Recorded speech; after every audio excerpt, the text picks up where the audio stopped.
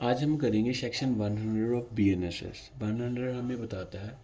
Search for person रोंगफुली confined,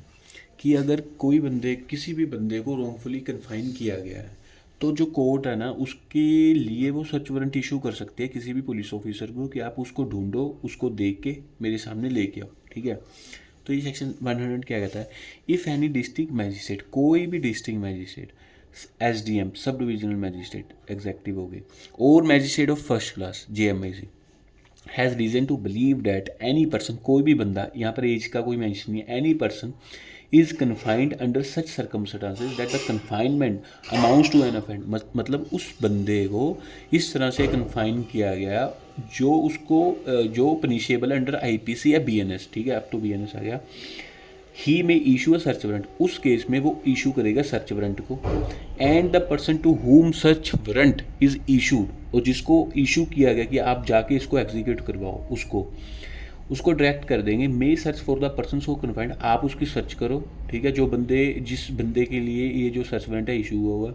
and such search shall be made in accordance with the therewith, उसके हिसाब से जो भी search की जाएगी और वो बंदा करेगा। And the person if found, वो बंदा अगर मिल गया जिसके लिए सर्च वारंट इशू किया गया था, shall be immediately taken before a magistrate who shall make such order as in circumstances of the case seem proper। ठीक है, तो उस अगर वो मिल गया तो कोर्ट के पास उसको लेके जाया जाएगा, तो उसके बाद जो कोर्ट है कोई भी ऑर्डर है इशू करेगी। ये मतलब ये इन नटशेल इसका सेक्शन का ये मतलब है, अगर किसी भी बंदे को इलीगल कस्टडी में रखा गया हुआ है, ठीक है, जैसे हैबियस कॉर्पस होगी, अगर हैबियस कॉर्पस डालते हैं, मतलब आपके पास क्या, आप अगर किसी बंदे को अपनी कस्टडी आपने लेनी है और उस बंदे की कस्टडी इलीगल वे से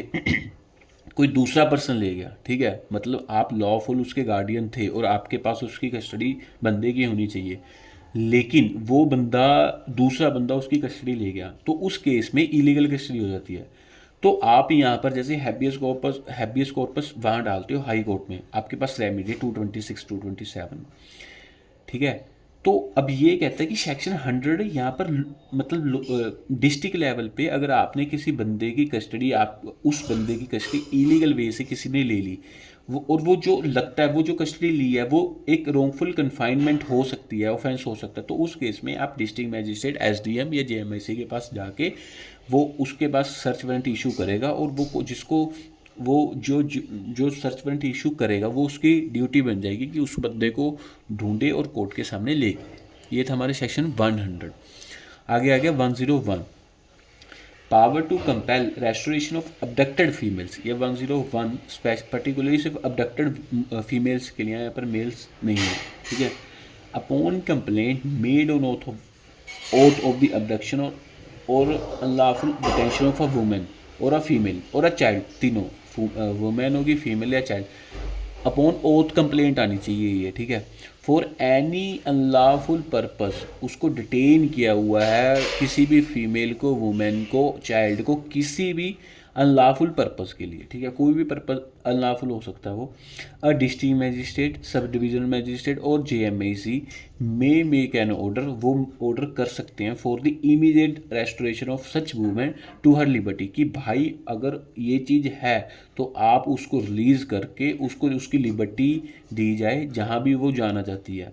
और of such female child to her parents, या उसके पेरेंट्स को उसकी जो कस्टडी उसको हैंड ओवर करेंगे, या किसी भी गार्डियन को, और other person having the lawful charge of such child, और किसी भी बंदे को कि उसके पास लॉफुल चार्ज है उस लड़की का, उस फीमेल का, उस